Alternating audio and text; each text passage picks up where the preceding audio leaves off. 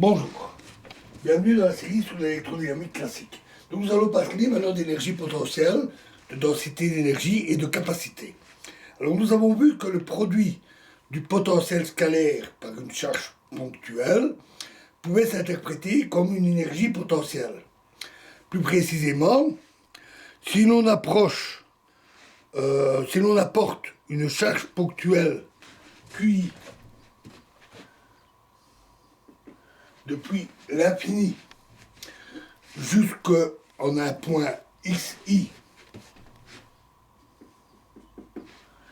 dans une région parcourue de champs électriques décrit par le potentiel scalaire phi s'annulant à l'infini, le travail accompli sur la charge et donc son énergie potentielle est donné par WI égale QI fois phi XI.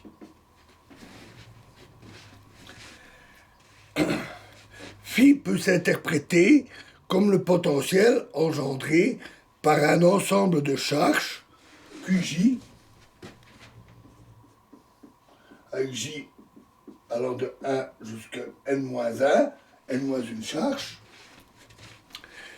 située en XJ.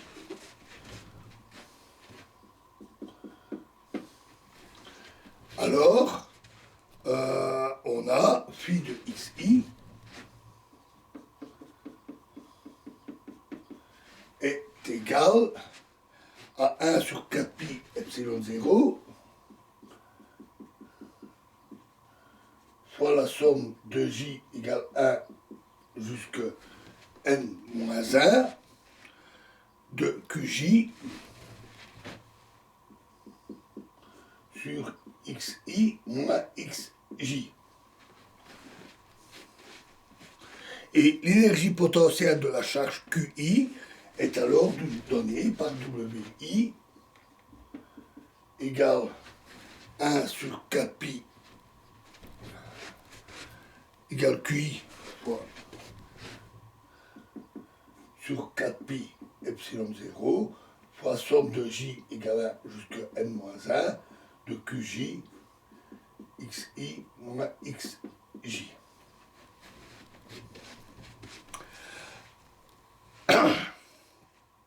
L'énergie potentielle totale due aux interactions de toutes les charges est alors donnée par W égale 1 sur 4 pi epsilon 0 fois la somme de J égale de I égale 1 jusqu'à n-1 fois la somme pour J inférieur à I de QI QJ XI moins XJ. Comme on le voit immédiatement, si on ajoute les charges les unes après les autres.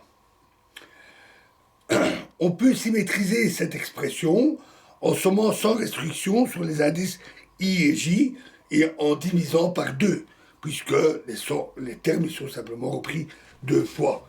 On a donc W est égal à 1 sur 8 pi epsilon 0 fois somme sur I fois somme sur J des QI QJ sur XI moins XJ.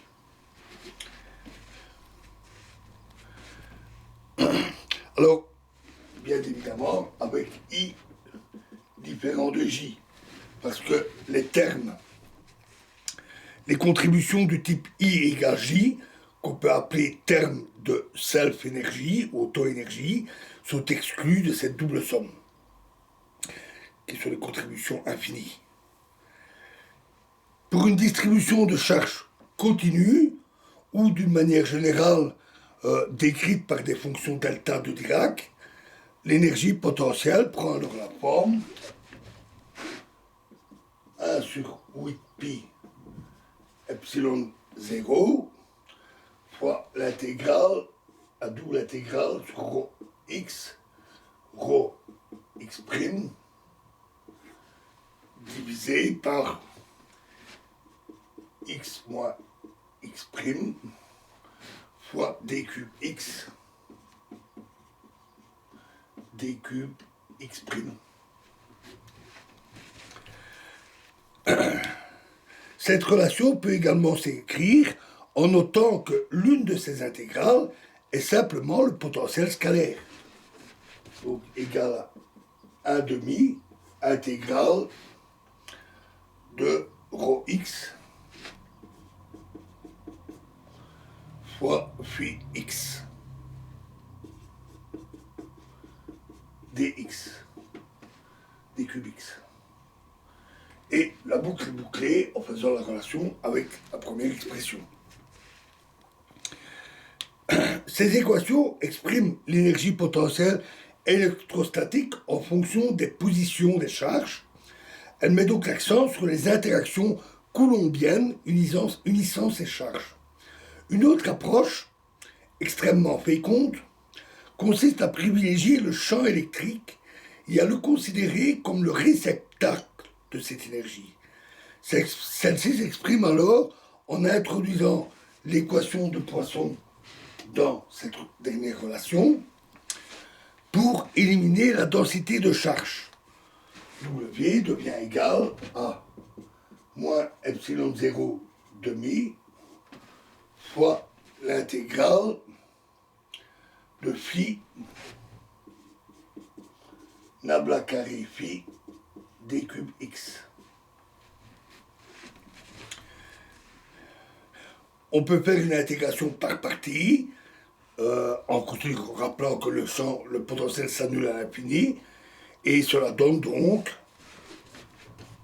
W égale epsilon 0 demi fois l'intégrale de nabla phi carré en valeur absolue d cube x, et ceci n'est rien d'autre que epsilon 0 demi fois l'intégrale du champ électrique au carré d cube x, où l'intégration par partie porte sur l'espace entier. Voilà, et nous verrons la suite dans la prochaine vidéo. Je vous remercie.